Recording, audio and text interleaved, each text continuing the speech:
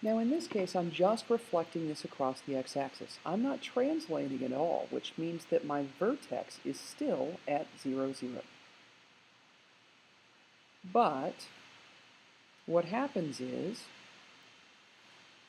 if I'm just flipping this across the x-axis, origin is still, or the vertex is still at the origin. But when I move to the left one, instead of my y being positive 1, my y is negative 1. Same thing over here, my y is negative 1. When I move 2, instead of being up here at 4, it reflects across to negative 4. So it has the same shape, but it opens down. So what happens is, whatever my y was here, it's the opposite here. So the original equation actually looks like this. Change the sign on your y, and there's no pluses or minuses in here because there's no translation. But when you solve for y, this is like a negative 1y, and you divide both sides by negative 1, what happens is the negative ends up in front of the x squared. So you'll see it this way. But what really happens is it kind of starts here. Again, you should have your scale numbers on your graph. So reflected across the x-axis means it's going to open down.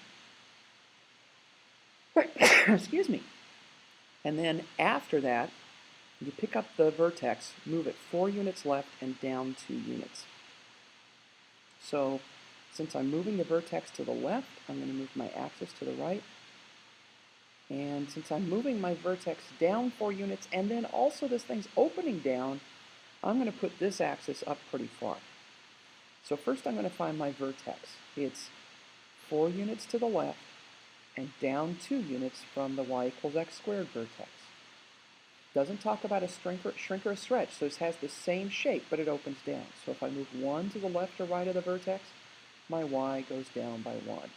2 to the left or right, 2 squared is 4, so my y goes down 4 from where it was at the vertex. And this is really not a good curve.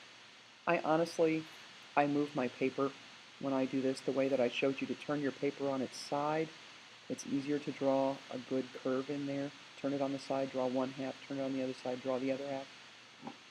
So what I know is this.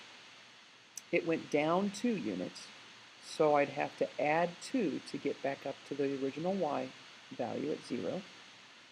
And it translated left 4 units, so I'd have to add 4 to x to get it back there. And then instead of throwing a negative on the left, the negative ends up on the right, complete your square.